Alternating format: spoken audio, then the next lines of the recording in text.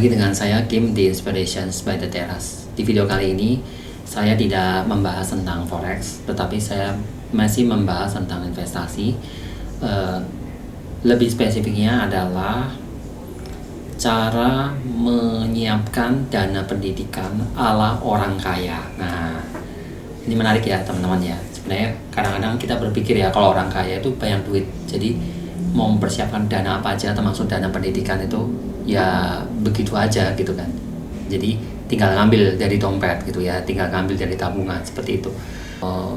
Ternyata sebenarnya nggak begitu ya. Artinya kenapa mereka bisa sampai jadi kaya itu karena dia punya kemampuan memanage keuangannya. Nah, jadi kita kepengen tahu nih bagaimana sih cara memanage keuangan yang baik ala orang kaya itu, terutama ketika kita mempersiapkan dana pendidikan, karena kadang-kadang kita ini membutuhkan ya yang namanya dana pendidikan itu seperti dana yang kadang-kadang kita sebenarnya bisa dipersiapkan, tapi kadang-kadang kita lupa, akhirnya kaget-kaget begitu saatnya tiba, anak sekolah naik ya, saya lulus, kemudian dari SD nyambung ke SMP atau dari SMP nyambung ke SMA.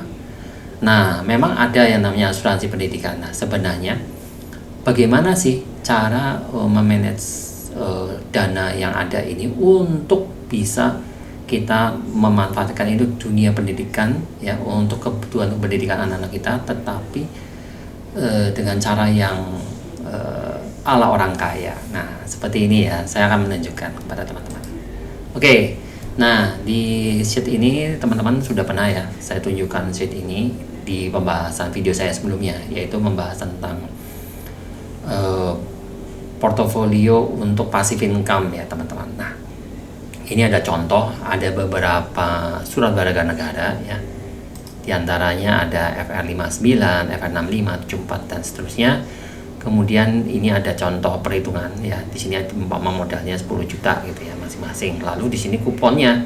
Artinya ini adalah profit atau cuannya dalam setahun itu 7%, ada yang 6,63, ada yang 7,5 dan seterusnya.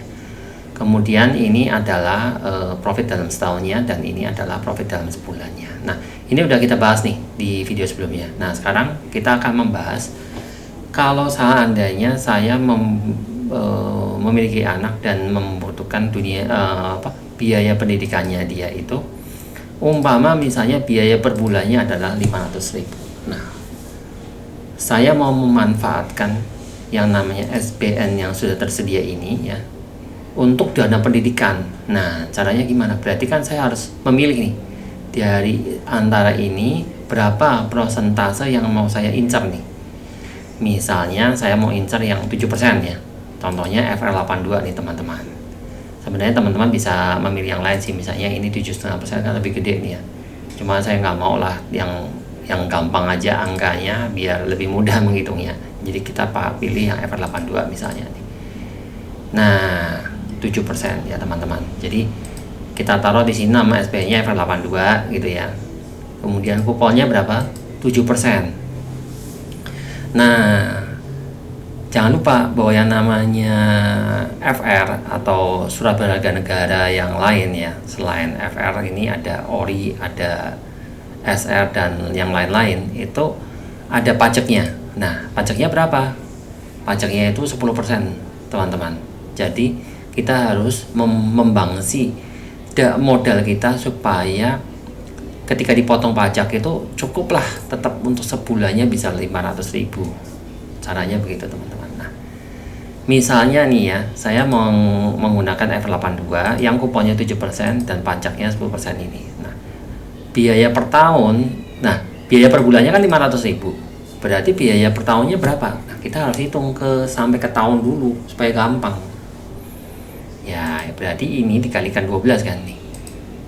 B1 ini ya, biaya per bulan ini 500.000 dikali 12 sama dengan 6 juta rupiah, teman-teman. Setahunnya butuh uang segini. Berarti modalnya berapa? Nah, ini yang jadi pertanyaan kan. Nah, ini berapa? Nah, kita harus lihat rumusnya. Rumus imbal hasilnya itu adalah ya, modal dikalikan kupon dikalikan setelah dipotong pajak ya, jadi dikalikan 100% dikurangi pajak. Nah, berarti berapa?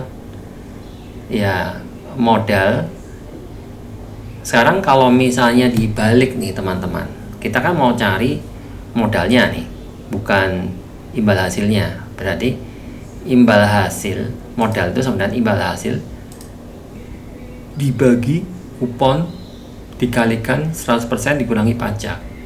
Begitu ya teman-teman ya, rumusnya seperti ini. Nah, ya udah kita hitung aja. Misalnya kuponnya adalah 7%, berarti kan imbal hasil dibagi 7% dikalikan 90%.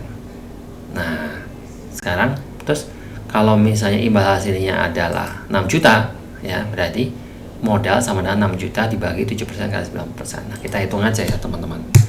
Jadi ininya adalah ini ya kan, modal biaya per tahunnya ya, imbal hasilnya itu dibagi berapa tadi kuponnya, ini kupon ya kan, dikalikan berapa, 100% ya, dikurangi pajaknya 10%. Nah, seperti ini teman-teman. Kasih pulang. Nah, ini hasilnya teman-teman. Ini kita kasih format ya biar kelihatan lebih enak dilihat. Nah, tuh, jadi hasilnya ternyata adalah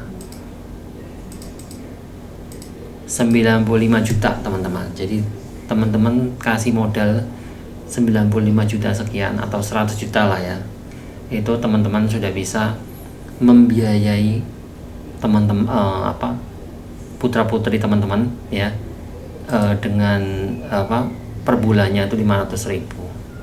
Caranya ya modalnya segini, sekitar 100 juta, kemudian per bulan itu akan terima bunga sekian, 500.000. Ya sebenarnya kalau FR itu kan 6 bulan sekali ya, tapi kalau kita taruh per bulannya ya dibagi kalau per bulan per 6 bulan berarti kan dibagi 6, jatuhnya nanti ketemunya 500.000 teman-teman, dengan cara menghitungnya seperti ini yang tadi saya sudah jelaskan. Jadi teman-teman, ini adalah salah satu cara yang cerdas nih ala orang kaya untuk mempersiapkan biaya pendidikan. Karena apa?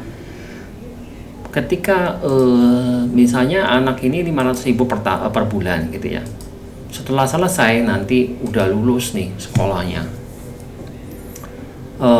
uangnya bisa diambilkan lagi, bisa dicairkan lagi ya. Jadi modal yang ini itu bisa dibalikin lagi dengan cara apa? Kita jual surat berharga negaranya itu, atau misalnya kita pasin sudah jatuh tempo, kita nunggu sampai jatuh tempo dulu misalnya, atau misalnya kita memang ambil obligasi ya, ori gitu ya, surat berharga negara yang misalnya untuk anak SMP nih ya, berarti kan dari kelas 1 sampai kelas 3 SMP, berarti kan 3 tahun.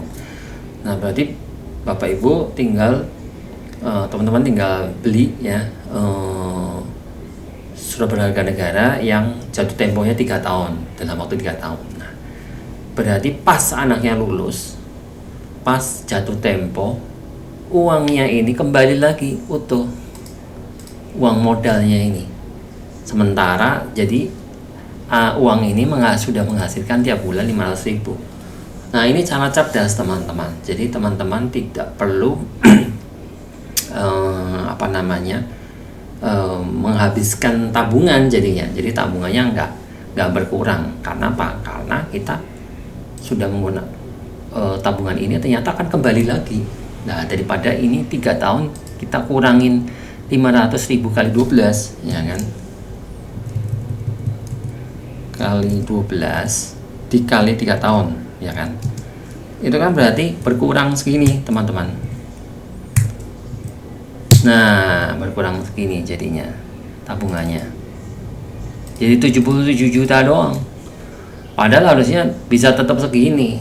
Nah itu teman-teman, rahasianya di situ, perbedaan antara cara menyediakan biaya pendidikan ala orang kaya teman-teman. Oke,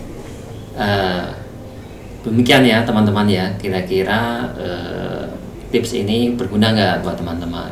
Kalau seandainya bermanfaat, silakan klik like ya, share ke teman-teman yang lain, dan juga kasih komen kalau teman-teman bersedia atau punya ide atau tercerahkan dengan video ini, silahkan kasih komennya ya.